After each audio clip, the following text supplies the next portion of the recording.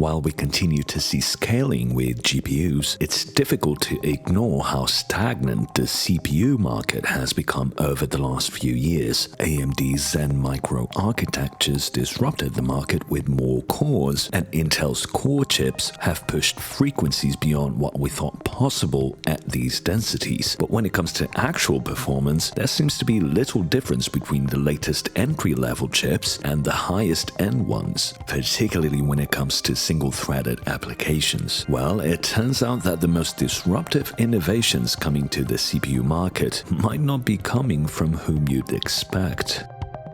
Today's video is sponsored by urcdkeys.com. If you buy a retail Windows 10 key, you'll probably spend $100 or more. But if you buy an OEM key using a service like urcdkeys, it will cost you less than $15 after you use the coupon code C25. The keys work globally, and if you want Windows 11, what I recommend you do is just buy Windows 10 and get a free upgrade while you can. Personally, I use Windows 10 Pro. Once you've made your purchase using one of the many different payment options available, you will instantly find your key in your purchased orders on the urcdkeys website. Click Get Keys and copy the key. Then after you've installed Windows, of course, press Start and search for Activate and click on Activation Settings. Then click Change Product Key, paste in the key and click Next. That's it. Quick and easy and cheap, and your Windows 10 is now activated. If you need Office 2021 Professional, you can use the same 25% discount code C25 and get it for just $59.98. Since you're over there, check out the Black Friday sale for some great discounts on peripherals like lightweight gaming mice and controllers and some very affordable 60% mechanical keyboards. Thank you to urcdkeys for sponsoring today's video. Check the links in the video description to get your OEM Windows keys today. So I've been testing the 7950X from AMD, and I don't think there's too much point in doing a full review at this point. Lots of other reviewers have looked at it. Unfortunately, it didn't get to me in time for an embargo review, and the same thing happened with the 13th gen Intel chips, which at the time of making this video are being held at customs. I need to get that sorted. One thing worth mentioning is the fact that I got an absolute dud of a 7950X, and it's worth checking out how much that impacts real-world performance. You can see how low the CCDs are clocking here running Cinebench. I did tune the system and ended up getting slightly better clocks, with one CCD getting 4.7 all-core and the other one 4.6, but that's far from the 5.4 all-core I got on the 7600X. So really poor quality silicon here with this particular 7950X. I ended up getting a Cinebench multi-score of 35,445 points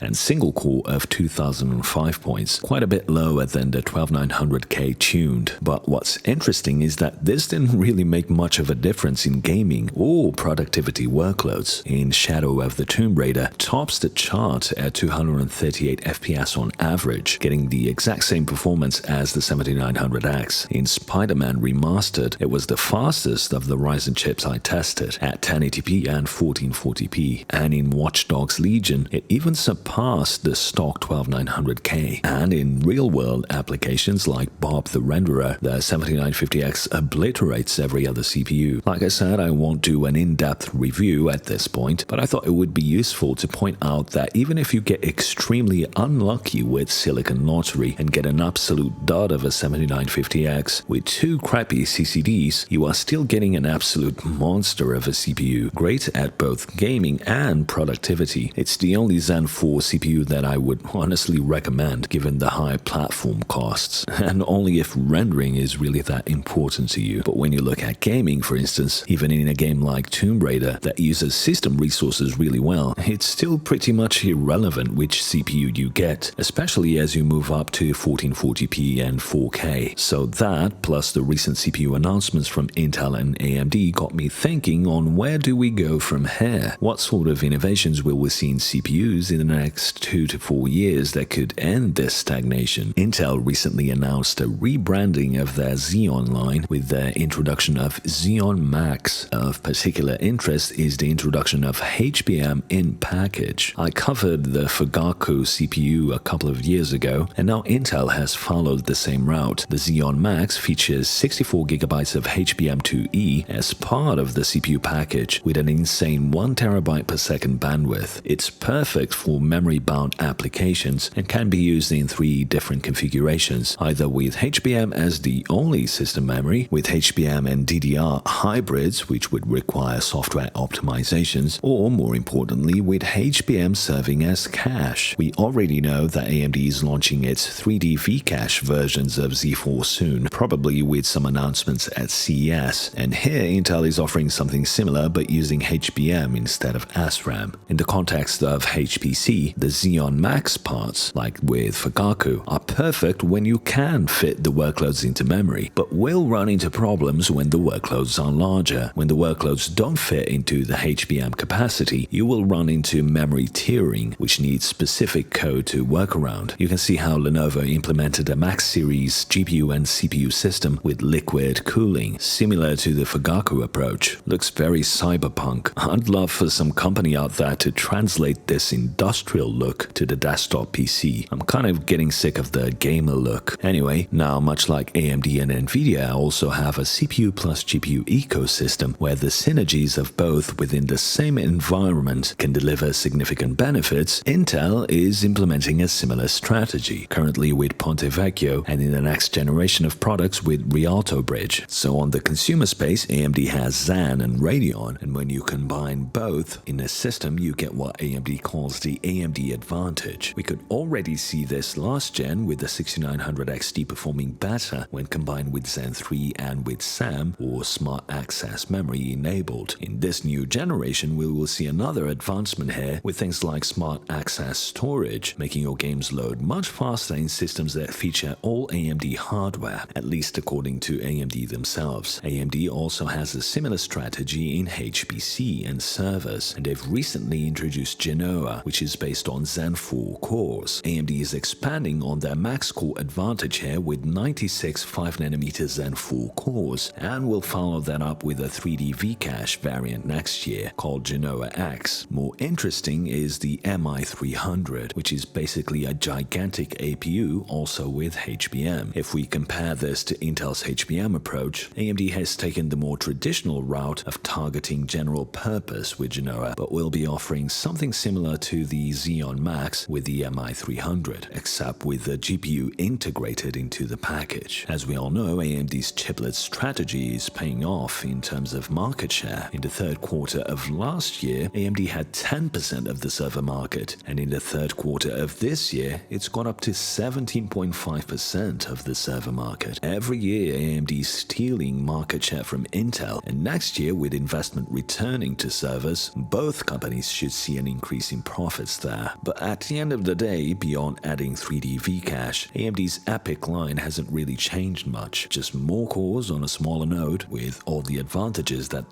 brings. The MI300 adds HBM, but the only innovation there is really having it all integrated into the same package. It's still up in the air if Nvidia's CPU strategy will have any impact on the market. I think they will have little chance in the server market, but if they bring their CPU strategy to the consumer market, I think we could see some huge changes there. So looking at all the 3 major players, the ecosystem synergies seem to be the golden ticket to market share growth, both in the consumer and server spaces. But what's next? Intel wants to take this ecosystem synergy further by combining both CPU and GPU into one. Intel's upcoming Falcon Shores is an HPC system that integrates CPU and GPU together, but in an interesting novel way. Intel's restructuring that is currently underway, with a refocus on manufacturing and with layoffs in a time where they are getting government money to bring jobs back to the US, means that the company will likely abandon markets that are outside their core businesses. It's hard to say exactly what these will be, but we've already seen Optane being discarded, for instance. The refocus on manufacturing then requires a strategy where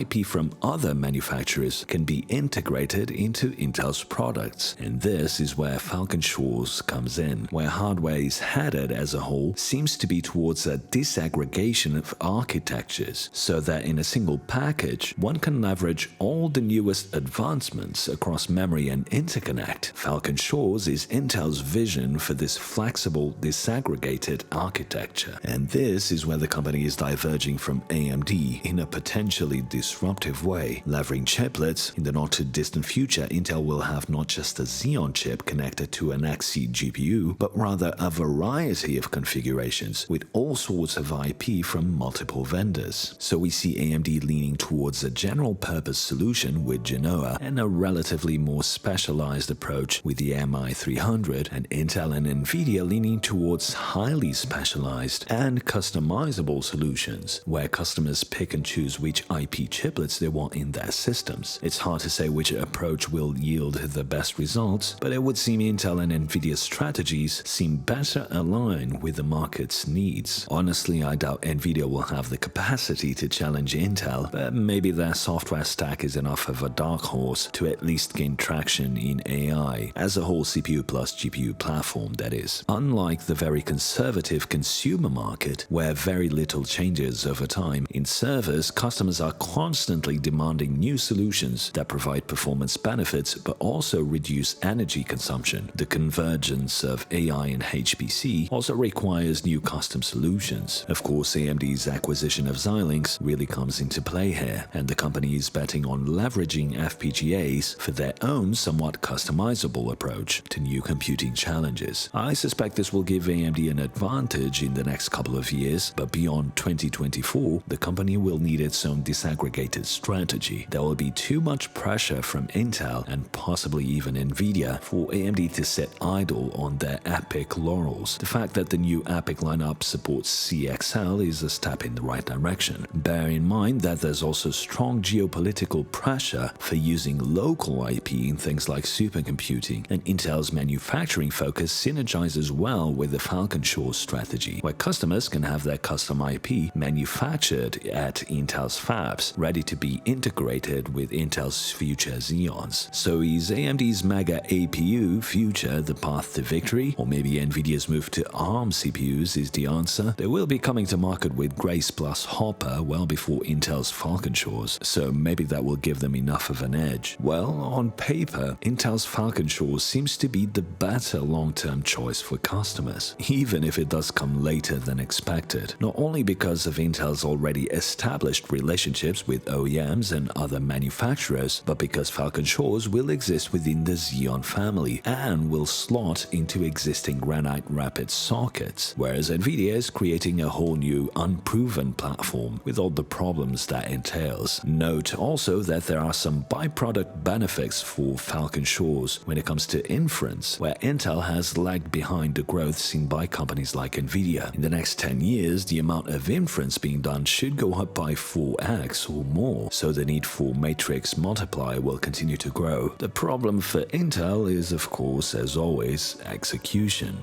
I think one of the challenges of this disaggregated strategy will be manufacturing. When you have so many chiplets in these packages, having yield problems with any of them, especially considering we are now combining Intel and TSMC into the same packages, could result in further delays to Intel's roadmap. Add to this complexity the introduction of photonics for extreme bandwidth in Falcon Shores, or at least I assume that's where we are headed, and Intel really have their work cut out for them. If, and this is a big if, Intel can solve their execution problems, I think they will have a winning strategy with Falcon Shores. Note that by the time this comes to market, Intel will be on their 20A process, so they will be leaving nanometers behind and going to the angstrom era on the bleeding edge. This implies Falcon Shores will be using ribbon fat, which are gate-all-around. These are all unproven technologies at Intel. Now, this is all very interesting from an academic perspective for for us PC enthusiasts, but what does it mean for the consumer market? We're starting to see some IP trickle down from HPC to consumer already. You might have noticed how AMD added AI accelerators to their upcoming RDNA 4 GPUs. Nvidia has tensor cores and fixed function for specific workloads like ray tracing and now AI frame generation. Some of the innovations we see in HPC do end up coming down to the consumer space. The problem, as always, is getting developers to make use of them. I've been trying to find some use cases where we might see some advantages. I used Topaz Labs AI Upscaler in my recent CPU reviews, for instance, and have some other things in the works for future GPU reviews, but it's still very early days in the consumer space when it comes to specialization. Ray tracing is in desperate need of acceleration, and I had expected some innovations there to have materialized by now. I think the increased costs at the bleeding edge will impact this, but in the next generations of RDNA, as AMD addresses the challenges of using chiplets in GPUs, I think we will see specialized blocks for accelerating workloads like ray tracing and others. Out of nowhere, we got frame generation this time around, and we're already seeing machine learning being used to do more natural deformations in 3D meshes. So who knows what other technologies will require acceleration in the future. I'm surprised a startup hasn't popped up somewhere that offers a ray tracing accelerator that can be added as a PCIe card. But with this disaggregated strategy from Intel and Nvidia, one could theoretically see someone creating a custom third-party ray tracing accelerator that could be added to a gaming APU from Intel or Nvidia, or potentially AMD if they follow this route also in the future. The promise of disaggregation is that one can add all of the coolest new technology regardless of what architectures they use. If you remember the days of adding a sound card or a 3D accelerator to your system from third-party vendors, this would be sort of the same, except it would be integrated into the CPU/GPU package. It's exciting thinking about the possibilities there, with all sorts of chiplets from different companies existing together and accelerating different workloads. So could we see a disaggregated strategy in the consumer space? I think so, especially in APUs. Raja Koduri has talked about a vastly simplified GPU programming model with Falcon Shores. This could mean, and let me emphasize could, that with Falcon Shores, Intel plans to make the GPU appear to the CPU as just another block that's native to it. So instead of the GPU being seen as a separate device, it would be seen as part of the CPU itself. This would explain the one API strategy and also points to this mysterious extreme bandwidth shared memory that Intel has been teasing. In practical terms, this could lead to APUs on the consumer space that work in a similar way. One thing to remember about the move to chiplets across the board is that chiplets that don't quite make the cut for the discrete components like CPUs and GPUs can be reused for these next-gen disaggregated APUs. So even if we continue to see monstrous discrete GPUs, if they're made out of chiplets, then badly yielded chiplets could potentially trickle down to cheaper products, and who knows, maybe even into CPU packages as integrated blocks if they're small enough by 2024 and 2025. The competition in the server space is driving a lot of innovation, and I think we will see AMD being forced into introducing another disruptive architecture in the not-too-distant future to compete with what Intel and Nvidia are preparing. And if there's one thing we've learned about AMD is that their server products and their consumer products walk hand in hand. So whatever AMD's response to Intel's Falcon Shores ends up being, you can bet we will see it in some form in the consumer space. Looking at how stagnant the CPU market is in particular and how GPU prices have ballooned, I think the next couple of years will bring about a reshuffling of the concept of CPUs and GPUs. I think the possibilities here are very exciting.